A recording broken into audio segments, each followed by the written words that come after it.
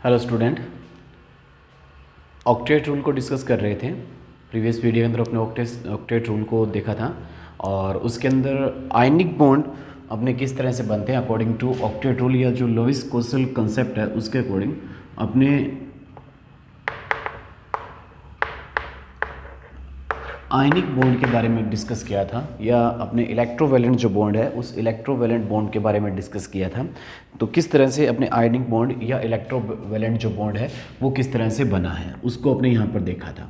ठीक है, तो उसमें हमने बताया था कि जो इलेक्ट्रॉन का जो कंप्लीट ट्रांसफ़र हो रहा है उस इलेक्ट्रॉन के कंप्लीट ट्रांसफ़र से किसके कौन सा बॉन्ड बन रहा है, एक आयनिक बॉन्ड बन रहा है। ठीक है, अब इलेक्ट्रॉन का कंप्लीट ट्रांसफ़र जब होगा तो इलेक्ट्रॉन के कंप्लीट ट्रांसफ़र से अपने पास क्या बनेगा, जो इलेक्ट्रॉन को लूज़ करेगा तो वो स्पीसीज तो क्या बनाएगा, कैटायन बनाएगा, और जो इलेक्ट्रॉन को गेन करेगा वो स्पीसीज क्या बनाएगा, एनायन बनाएगा। तो इसका मतलब इलेक्ट्रॉन के लूज और गेन से अपने पास एक कैटायन बनता है और एक क्या बनता है, एनायन बनता है। ठीक है, फिर उसके अंदर हमने बात की थी कि जो आयनिक बॉन्ड है वो बेसिकली किसके बीच में बनता है, हमने कहा था मेटल्स और नॉन मेटल्स के बीच में बनता है। ठीक है, जैसे अपने एग्जांपल ले सकते हैं Na और Cl। तो Na मेटल है और Cl क्या है, नॉन मेटल है। इसमें एक एक्सेप्शनल केस है, वो एक्सेप्शनल केस क्या है, अमोनियम की बात करेंगे अगर NH4 पॉजिटिव की, तो ये आयन कौन सा है, अमोनियम आयन है। ठीक है, तो ये अमोनियम आयन एक कैटायन है और ये अमोनियम किसी के साथ, किसी भी एनायन के साथ या किसी भी नॉन मेटलिक एलिमेंट के साथ जब बॉन्ड बनाता है तो जैसे NH4Cl हो गया, ठीक है, या आपने कहा कि NH4 होल ट्वाइस SO4 हो गया। तो मतलब जो अमोनियम आयन है, तो अमोनियम बेसिकली देखो दो नॉन मेटल से बना हुआ है। अमोनियम आयन किससे मिलकर बना हुआ है, नाइट्रोजन और हाइड्रोजन। तो नाइट्रोजन और हाइड्रोजन दोनों के दोनों नॉन मेटल्स हैं।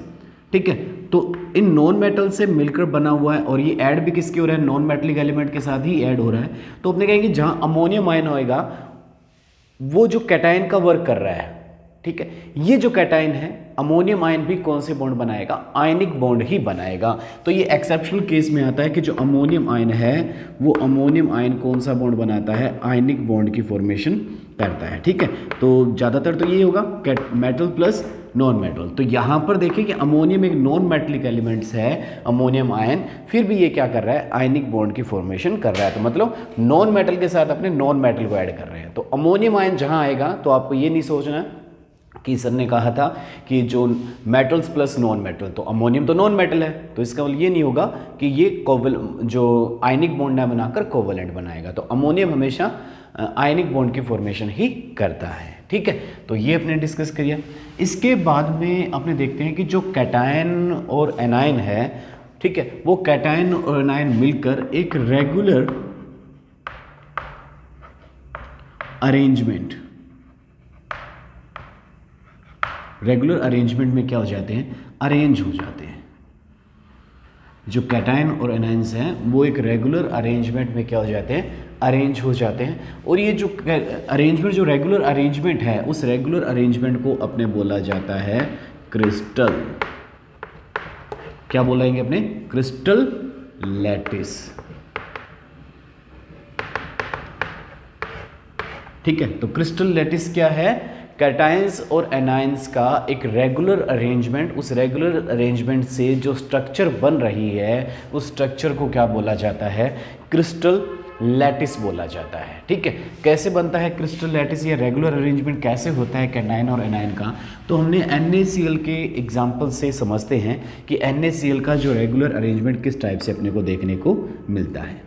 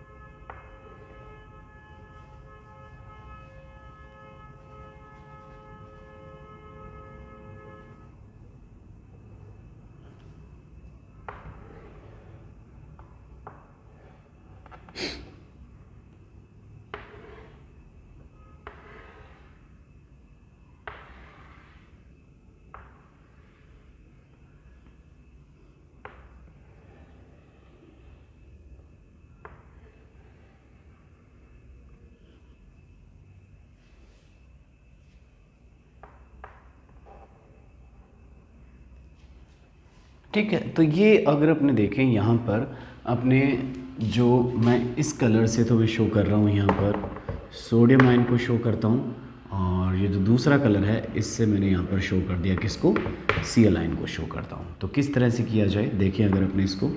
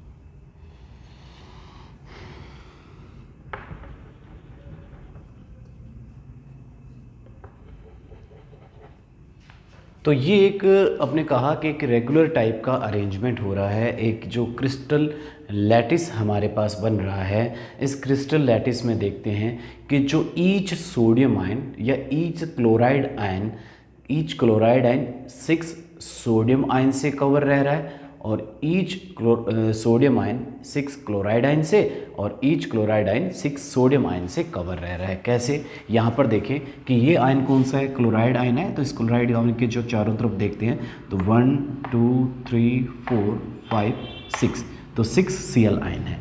ये जो स्ट्रक्चर बनती है, इस टाइप की जो स्ट्रक्चर बनती है, उस स्ट्रक्चर को क्या बोला जाता है, क्रिस्टल लैटिस बोला जाता है। तो ये जो अरेंजमेंट आया है, उस अरेंजमेंट को ही क्या नाम दिया जाता है, क्रिस्टल लैटिस। तो 3 dimensional arrangements of particles, 3 dimensional arrangements of ion is known as crystal lattice. ठीक है, तो क्रिस्टल लैटिस का एक रेगुलर अरेंजमेंट हुआ। तो इसका मतलब जो आयनिक कंपाउंड होगा, वो ionic compound basic solid state में होता है, और सॉलिड स्टेट में उसकी एक ज्योमेट्री, फिक्स ज्योमेट्री उसकी होती है। ठीक है, तो वो ज्योमेट्री हो सकती है जैसे क्यूबिक टाइप की हो सकती है, जैसे अपने NaCl की बनाई है। ठीक है, क्यूबिक हो सकती है, टेट्रागोनल हो सकती है, ऑर्थोरोम्बिक हो सकती है, मोनोक्लिनिक हो सकती है। तो इस टाइप की 7 टाइप की ज्योमेट्री आयनिक कंपाउंड में अपने को देखने को मिलती है। एक रेगुलर ज्योमेट्री, एक रेगुलर अरेंजमेंट अपने को आयनिक कंपाउंड्स के अंदर देखने को मिलता है। ठीक है, तो वो एक रेगुलर अरेंजमेंट को क्या बोला जाता है, क्रिस्टल लैटिस बोला जाता है। ठीक है, अब अपने बात करें कि इसका मतलब जो आयनिक कंपाउंड में जो कैटायंस और एनायंस है, वो रेगुलर अरेंज होकर एक क्रिस्टल लैटिस की फॉर्मेशन कर देते हैं। ठीक है, अब अपने बात करें कि जो कैटायन, जो आयनिक कंपाउंड जो बनता है, तो आयनिक कंपाउंड के बनने के लिए क्या कंडीशन है, उन कंडीशन की मैं यहाँ पर बात करता हूँ। तो देखा हमने कि जो आयनिक कंपाउंड है, जैसे मैंने आयनिक कंपाउंड की बात करता हूँ कि हमारे पास एक मेटल है। ठीक है, और इस मेटल को किस स्टेट के अंदर है, वो गैसेस स्टेट के अंदर है। तो वो गैसेस स्टेट में क्या करती है मेटल, इसमें से इलेक्ट्रॉन को लूज़ करवाना है। तो किसी भी मेटल में से इलेक्ट्रॉन को लूज़ करने के लिए अपने को क्या चाहिए, एनर्जी की रिक्वायरमेंट होती है। तो ये एनर्जी लेकर ये क्या कर देगी, मेटल इलेक्ट्रॉन को लूज़ कर देगी। ठीक है, तो एक मेटल का जो गैसेस आयन बन जाएगा, आइसोलेटेड गैसेस आयन बन गया, और साथ में इसने क्या कर दिया, इलेक्ट्रॉन को लूज़ कर दिया। ठीक है, तो यहाँ पर अपने क्या कहेंगे, किसी आइसोलेटेड गैसेस मेटल में से इलेक्ट्रॉन को लूज कराने के लिए जो एनर्जी की रिक्वायरमेंट होती है, उस एनर्जी को क्या बोलते हैं अपने, आयोनाइजेशन पोटेंशियल या आयनाइजेशन एंथैल्पी बोलते हैं। तो इसको नाम क्या देंगे अपने यहाँ पर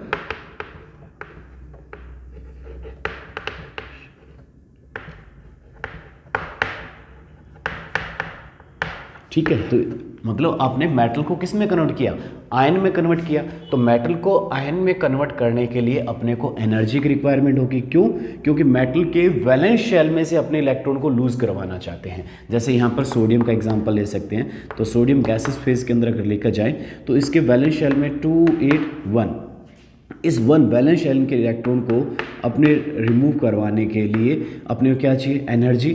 ठीक है, तो ये एनर्जी से ये किस में कन्वर्ट हो जाएगा, Na plus gases ion plus electron, तो इसके पास क्या रह जाएगा 2 8। ठीक है, तो वैलेंस शेल के इलेक्ट्रॉन को लूज कराने के लिए जो एनर्जी चाहिए उस एनर्जी को क्या बोला जाता है, आयनाइजेशन एंथैल्पी इसको नाम दिया जाता है। ठीक है, इसी तरह से कोई नॉन मेटलिक एलिमेंट्स हैं, तो नॉन मेटलिक एलिमेंट्स में जैसे अपने पास कोई एक्स नॉन मेटलिक एलिमेंट्स हैं और वो किस फेज़ के अंदर है, गैसेस फेज़ के अंदर है। अब यहाँ से इसके अंदर क्या करना है अपने को, इलेक्ट्रॉन को ऐड करना है इसके अंदर, तो इलेक्ट्रॉन को ऐड करने से किस में कन्वर्ट हो जाएगा, एक्स माइनस में कन्वर्ट हो जाएगा।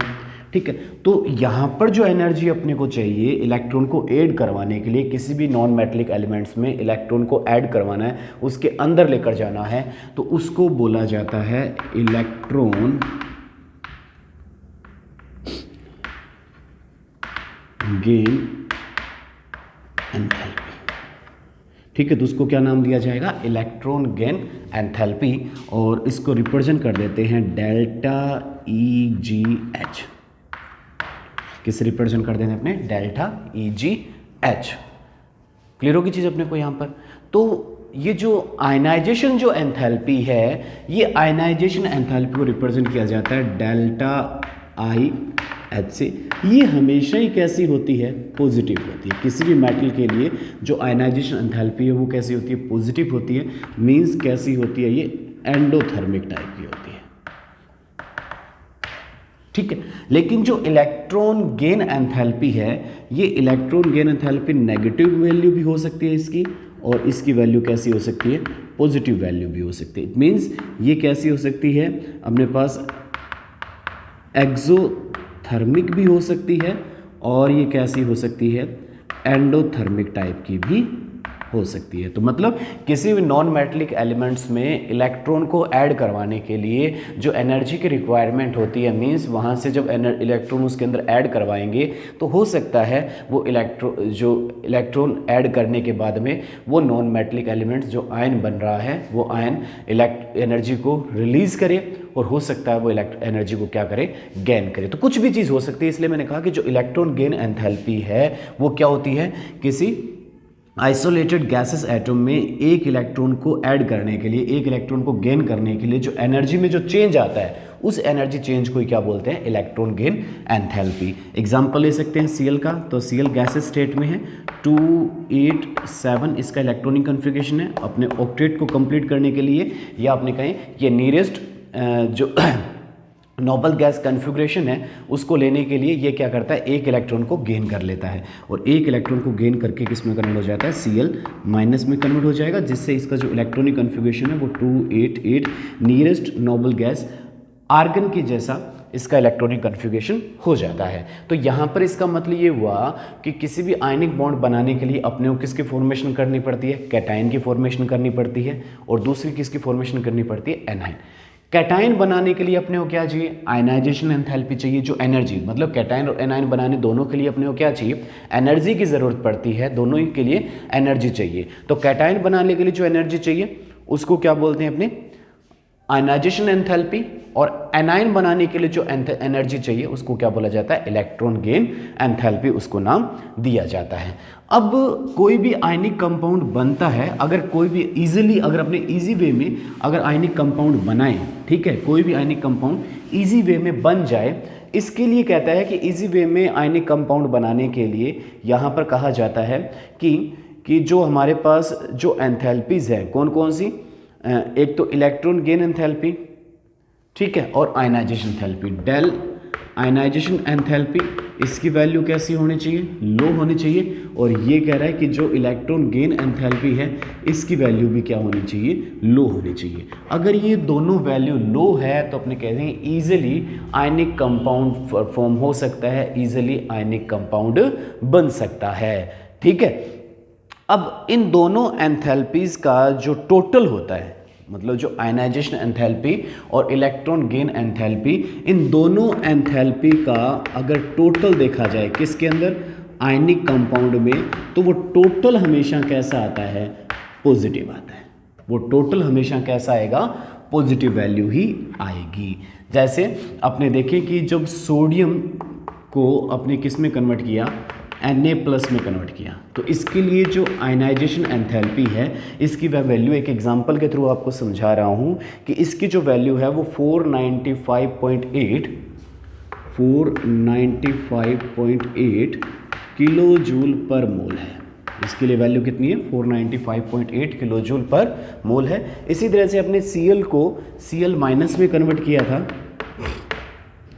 इसके लिए जो इलेक्ट्रॉन गेन एंथैल्पी की जो वैल्यू है वो है -348.7 किलो जूल पर मोल। तो दोनों की वैल्यू दे दी। यहाँ पर आयनाइजेशन एंथैल्पी तो पॉजिटिव है और इलेक्ट्रॉन गेन एंथैल्पी क्या है? नेगेटिव। लेकिन मैंने कहा है कि इन दोनों का जो टोटल अगर देखा जाता है, ठीक है, तो वो टोटल हमेशा कैसा आता है? पॉजिटिव आता है। इसका जैसे अपने टोटल किया जाए तो 147.1 किलो जूल पर मोल आपके पास इसका टोटल आता है।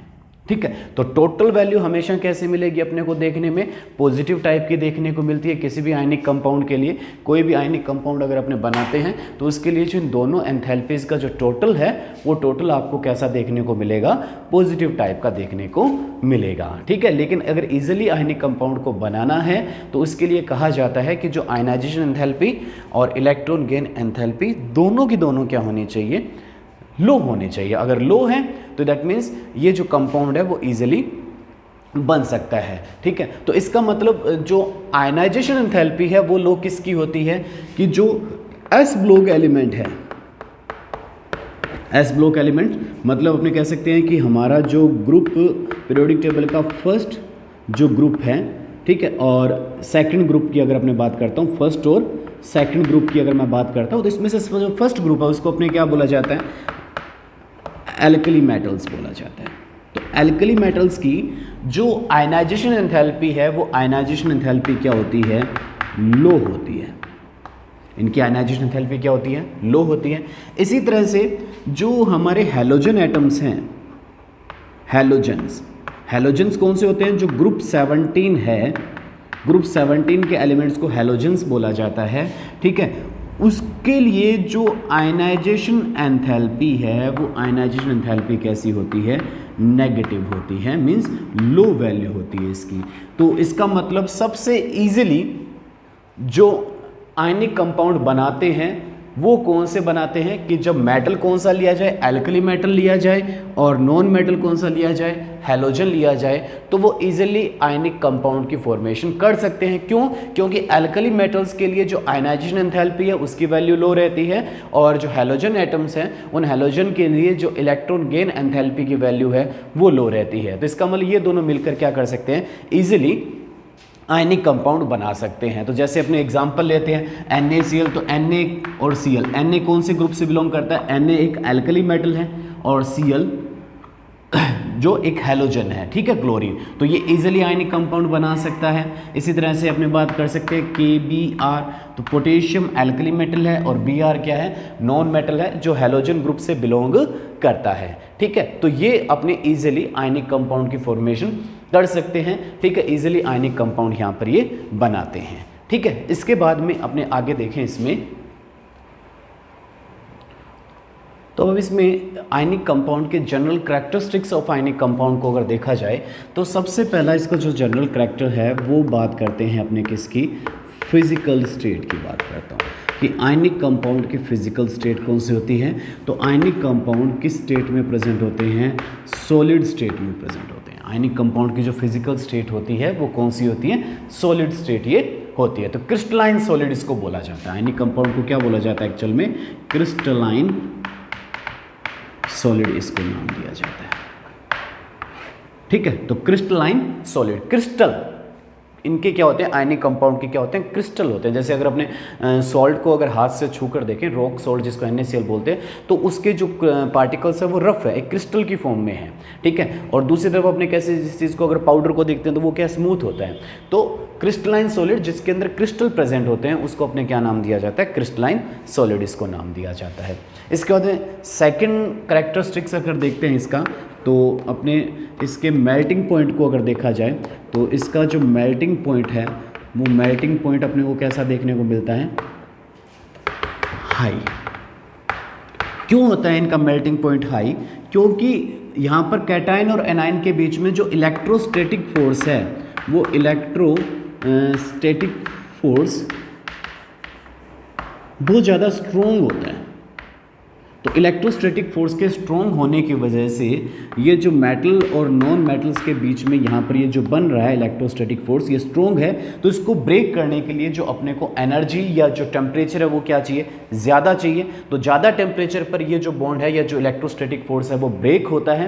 तो हाई टेम्परेचर पर जब ये ब्रेक होगा इट मीन्स इनका जो मेल्टिंग पॉइंट देखने को मिलेगा वो मेल्टिंग पॉइंट भी अपने को कैसा देखने को मिलेगा? इनका हाई मेल्टिंग पॉइंट अपने को देखने को मिलेगा। ठीक है, थर्ड बात करते हैं इसकी अपने इलेक्ट्रिकल कंडक्टिविटी की। ठीक है, तो इलेक्ट्रिकल कंडक्टिविटी में कहता हूं कि अगर आयनिक कंपाउंड की अगर सॉलिड स्टेट अगर ली जाए, क्योंकि बेसिकली सॉलिड स्टेट में होते हैं, तो सॉलिड स्टेट में ये क्या होते हैं? इंसुलेटर होते हैं। इंसुलेटर मीन्स नॉन कंडक्टर्स होते हैं, अपने इनको कह सकते हैं कि ये क्या होते हैं? नॉन कंडक्टर्स होते हैं। इलेक्ट्रिसिटी को कंडक्ट नहीं करते हैं किस फेज के अंदर? सॉलिड फेज के अंदर। तो आयनिक कंपाउंड कभी भी सॉलिड फेज के अंदर इलेक्ट्रिसिटी कंडक्ट नहीं करते हैं। तो अब इलेक्ट्रिसिटी कंडक्ट कब करते हैं? अगर इनको मेल्ट कर दिया जाए। तो मेल्ट करेंगे तो स्टेट को क्या बोलेंगे अपने? Molten phase. तो अगर मोल्टन फेज के अंदर या मोल्टन स्टेट के अंदर इसको देखा जाए, जब इनको मेल्ट कर दिया जाता है, इनको लिक्विड फेज में ले आए या इनका एक्वस सॉल्यूशन अगर प्रिपेयर कर लेते हैं, ठीक है, तो उसके अंदर ये क्या करते हैं? इलेक्ट्रिसिटी को कंडक्ट करते हैं। ये क्या होते हैं? कंडक्टर्स होते हैं। तो अपने को यहाँ पर ध्यान रखना है कि आयनिक कंपाउंड सॉलिड स्टेट में क्या होते हैं? इलेक्ट्रिकल इंसुलेटर होते हैं, नॉन कंडक्टर्स होते हैं, इलेक्ट्रिसिटी कंडक्ट नहीं करते हैं। लेकिन मोल्टन स्टेट जब इनको मेल्ट कर दिया जाए या इनका एक्वस सॉल्यूशन प्रिपेयर कर लेते हैं तो ये इलेक्ट्रिसिटी कंडक्ट करते हैं, मीन्स कंडक्टर्स होते हैं। क्यों होते हैं मोल्टन या एक्वस सॉल्यूशन के अंदर? तो अपने कहते हैं यहाँ पर इसका जो रीज़न बनता है वो बनता है ड्यू टू फ्री आयंस। ठीक है, तो आयन के फ्री होने की वजह से वो क्या करते हैं? इलेक्ट्रिसिटी कंडक्ट करते हैं। ठीक है, तो अपने ये नहीं कह सकते, कई बार ये कह देते हैं कि आयनिक कंपाउंड मोल्टन स्टेट या एक्वस सॉल्यूशन के अंदर इलेक्ट्रिसिटी कंडक्ट क्यों कर रहे हैं? तो कुछ बच्चे ऐसे लिख देते हैं कि इनके अंदर आयंस होते हैं। तो आयनिक कंपाउंड में तो जनरल सी बात है, वो तो हो गई, आयंस ही है, उसके अंदर आयन तो पहले से मौजूद है, लेकिन वो आयन फ्री नहीं होते, वो इलेक्ट्रोस्टैटिक फोर्स से क्या है? आपस में बाउंड है, वो बंधे हुए हैं। ठीक है, तो जैसे ही इलेक्ट्रोस्टैटिक फोर्स, जैसे अपने इसको मेल्ट करेंगे तो अपने कहा मेल्ट करने पर ये क्या होता है? अभी बताया कि जो इलेक्ट्रोस्टैटिक फोर्स है वो क्या हो जाता है? ब्रेक हो जाता है। या जब एक्वस सॉल्यूशन में लिया जाता है तो जो एक्वस वाटर मॉलिक्यूल्स है वो आयंस के बीच में आ जाता है। इस वजह से क्या होता है कि जो आयंस है वो दूर हो जाते हैं, मीन्स जो इलेक्ट्रोस्टैटिक फोर्स है वो क्या हो जाता है? वीक पड़ जाता है। उस कंडीशन में जो आयंस होते हैं वो आयंस क्या हो जाते हैं? फ्री हो जाते हैं। तो यहाँ पर हमेशा ध्यान रखना है कि आयंस नहीं बोलेंगे अपने, फ्री आयंस। जब आयन फ्री होंगे तब भी ये इलेक्ट्रिसिटी कंडक्ट करते हैं। ठीक है, या आपने से ऐसे पूछ लिया जाए कि आयनिक कंपाउंड इलेक्ट्रिसिटी कंडक्ट करते हैं तो उनके इलेक्ट्रिसिटी कंडक्ट करने का कारण क्या है? रीजन क्या है? तो वो इलेक्ट्रिसिटी कंडक्ट किस वजह से करते हैं? फ्री आयंस की वजह से करते हैं, due to ion mobility. Ion के मोबिलेशन, आयन के मूवमेंट की वजह से ही आयनिक कंपाउंड इलेक्ट्रिसिटी कंडक्ट करते हैं। ठीक है, तो ये अपनी 3 प्रॉपर्टी देख ली। इसके बाद में नेक्स्ट इसकी अगर अपने कैरेक्टरिस्टिक्स देखते हैं तो सोल्यूबिलिटी की बात करता हूं मैं यहाँ पर, इनकी जो बड़ी इंपॉर्टेंट चीज़ है अपने पास। तो सोल्यूबिलिटी कि जो आयनिक कंपाउंड है वो आयनिक कंपाउंड पोलर सॉल्व। तो अपने सॉल्युबिलिटी के बारे में बात कर रहे थे कि जो आयनिक कंपाउंड है वो पोलर सॉल्वेंट में क्या होते हैं? डिसॉल्व होते हैं, लाइक एज वाटर मॉलिक्यूल। तो वाटर मॉलिक्यूल्स क्या है? एक पोलर सॉल्वेंट है। तो ऐसे पोलर सॉल्वेंट के अंदर ही आयनिक कंपाउंड क्या होते हैं? डिसॉल्व होते हैं। और सॉल्युबिलिटी के लिए एक मेन बात की जाती है कि सेम लाइक डिसॉल्व सेम, कि एक जैसी चीज़ों को एक जैसी चीज़ में ही क्या किया जा सकता है? सॉल्युबल किया जा सकता है। अब ये पोलर सॉल्वेंट का मतलब क्या है? तो अपने जो कोवेलेंट कंपाउंड है, बेसिकली कोवेलेंट कंपाउंड 2 टाइप्स के होते हैं, पोलर और नॉन पोलर, तो अभी अपने नेक्स्ट वीडियो के अंदर कोवेलेंट कंपाउंड को डिस्कस करेंगे, तो वहाँ पर अपने पोलैरिटी के बारे में डिस्कस कर लिया जाएगा। अभी आपको ये ध्यान रखना है कि जो आयनिक कंपाउंड है उनकी सॉल्युबिलिटी किस में होगी, कि जो पोलर सॉल्वेंट है उन पोलर सॉल्वेंट में जो आयनिक कंपाउंड है वो ईजिली क्या हो जाते हैं, सॉल्युबल हो जाते हैं, उनमें मिक्स हो जाते हैं। ठीक है, तो ये आयनिक कंपाउंड के बारे में अपने बेसिक जो कैरेक्टर्स थे या किस तरह से आयनिक कंपाउंड बनते हैं उनको अपने डिस्कस कर लिया। नेक्स्ट वीडियो में अपने कोवेलेंट कंपाउंड के बारे में, जो ऑक्टेट कंपाउंड का जो सेकंड पार्ट है उसके बारे में अपने डिस्कस करेंगे। Thank you.